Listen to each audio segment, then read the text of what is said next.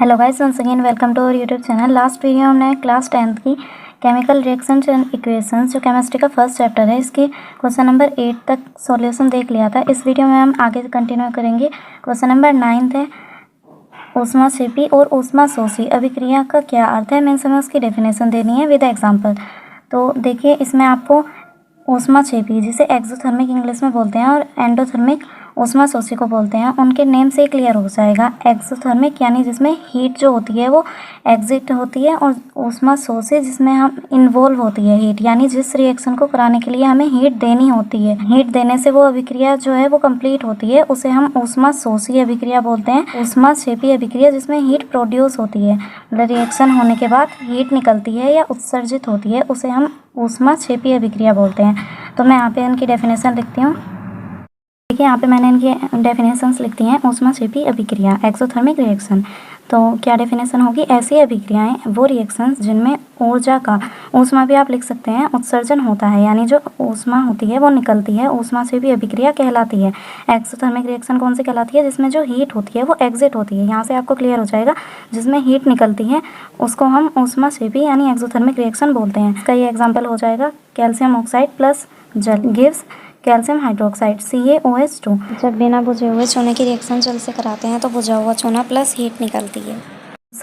जो वो बाउल होता है वो थोड़ा गर्म हो जाता है, वही हीट उसमें निकलती है, यानी वो एक्सोथर्मिक रिएक्शन होती है। और क्या बोला गया है, ऊष्माशोषी अभिक्रिया यानी एंडोथर्मिक रिएक्शन, जिसमें जो हीट होती है वो हमें देने के बाद ही रिएक्शन कंप्लीट होती है। ऐसी अभिक्रियाएं वो रिएक्शन जिनमें ऊष्मा का अवशोषण होता है, यानी ऊष्मा दी जाती है, शोषित की जाती है, ऊष्माशोषी अभिक्रिया कहलाती हैं।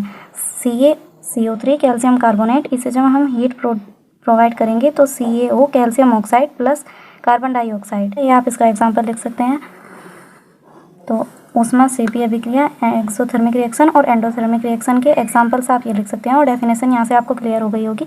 जिसमें जो हीट होती है वो निकलती है उसे एक्सोथर्मिक रिएक्शन बोलते हैं, और जिसमें हीट देने से वो रिएक्शन कंप्लीट होती है उसे ऊष्माशोषी अभिक्रिया बोलते हैं। सो नेक्स्ट क्वेश्चन इज श्वसन को ऊष्माक्षेपी अभिक्रिया क्यों बोलते हैं, यानी जो रेस्पिरेशन है उसे एक्सोथर्मिक रिएक्शन क्यों बोलते हैं, एक्सप्लेन करना है। तो स्पष्ट है कि चावल, ब्रेड, आलू, ये सब जो चीज़ें होती हैं आदि में कार्बोहाइड्रेट होता है, जो पाचन क्रिया के समय छोटे छोटे टुकड़ों में टूट जाता है। इस प्रकार के टूटने से हमें ग्लूकोज C6H12O6 जिसका फॉर्मूला है प्राप्त होता है। यह ग्लूकोज हमारे शरीर की कोशिकाओं में उपस्थित ऑक्सीजन से मिलकर हमें ऊर्जा प्रदान करता है। जो ग्लूकोज होता है, जब हम ऑक्सीजन लेते हैं यानी सांस लेते हैं, ब्रीथ करते हैं, होती है, उससे मिलकर क्या होता है, वो कार्बन डाइऑक्साइड प्लस जल और प्लस ऊर्जा यानी हमें एनर्जी देता है, यानी उसमें हीट जो होती है वो निकलती है।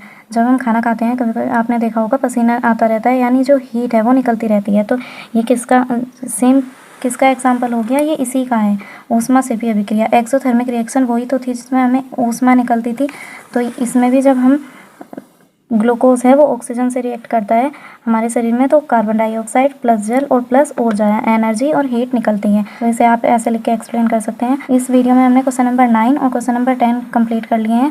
क्वेश्चन नंबर 8 तक के सॉल्यूशन मैं पहले ही करा चुकी हूँ, उसका लिंक आपको वीडियो के डिस्क्रिप्शन बॉक्स में और कमेंट में भी मैं पिन कर दूँगी, वहाँ से मिल जाएगा। क्लास 10th केमिस्ट्री की प्लेलिस्ट अलग से बनी हुई है, उसे आप फॉलो करिएगा, आपको वहाँ पर सबका सॉल्यूशन मिल जाएगा।